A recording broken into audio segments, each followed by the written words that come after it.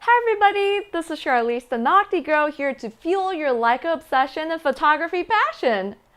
The Leica M6 is one of the most popular M-series cameras ever produced by Leica.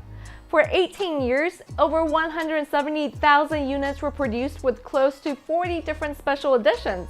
In fact, it's so popular that Leica even brought it back last year at the prestigious Oscar Barnack Award ceremony in Wetzlar, alongside the original 35mm Summilux steel rim. Today, we will talk about the different types of M6s produced and take a look at some of the special editions. The Leica M6 made its debut in 1984 during a significant period in the history of photography. In the early 1980s, electronic SLRs from top Japanese manufacturers such as Canon, Nikon, Olympus, Pentax, and Minolta dominated the market. To remain competitive, Leica responded with their R series following the setback of the M5. As the industry placed heavy emphasis on full automation and complex multi-mode models, many serious photographers sought simpler equipment. At the time, the M4P, with its reliable body, manual controls, near-silent operation, and accurate rangefinder focusing system gained wide appreciation and helped put Leica back on the map. The only flaw?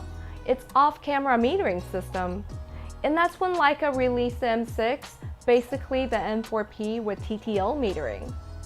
As some of you might know, the Leica M6 comes in two variations: the M6 Classic and the M6 TTL. Don't let the names fool you. Despite their names, both types utilize the TTL metering system. The M6 TTL got its name due to its TTL flash metering capability, though there are a few other subtle distinctions between the two versions. The Classic iteration was first released with a 0.72 viewfinder magnification, and in 1997 the 0.85 option was made available after its popularity on the M6J Special Edition, which we'll get to later on in the video. While there are no external indications on the 0.72 model, the number 0.85 is engraved in the reflecting strip at the bottom of the viewfinder window. Also, this model was only available in black chrome. In the year 2000, the 0.5A viewfinder magnification was introduced in the TTL model, specifically designed to accommodate the 28mm frame lines that were barely visible in the 0.72 finder. However, this lower magnification resulted in the exclusion of the 135mm frame lines. This means only frame lines for 28 and 90mm paired lenses, 50 and 75mm paired lenses, and a standalone 35mm lens are included in this model. In terms of external features, the TTL model is 3mm taller than the Classic, along with a larger shutter speed dial that rotates in the opposite direction, which actually aligns with the triangles of the exposure meter in the viewfinder. The TTL version says TTL with a bolt symbol on the hot shoe and 4 metal contacts in the middle of the hot shoe for TTL flash, while the M6 only has one center contact. The viewfinder magnification is engraved in the reflecting strip at the bottom of the viewfinder window. Upon its initial release, the camera was offered only in black chrome, and later in 1999, a silver chrome option was introduced. Since the introduction of the M6, an interesting trend emerged that sparked a wave of special editions commissioned by dealers and various organizations. Let's take a look at some of them. The very first special edition M6 was made for Queen Elizabeth II in 1986.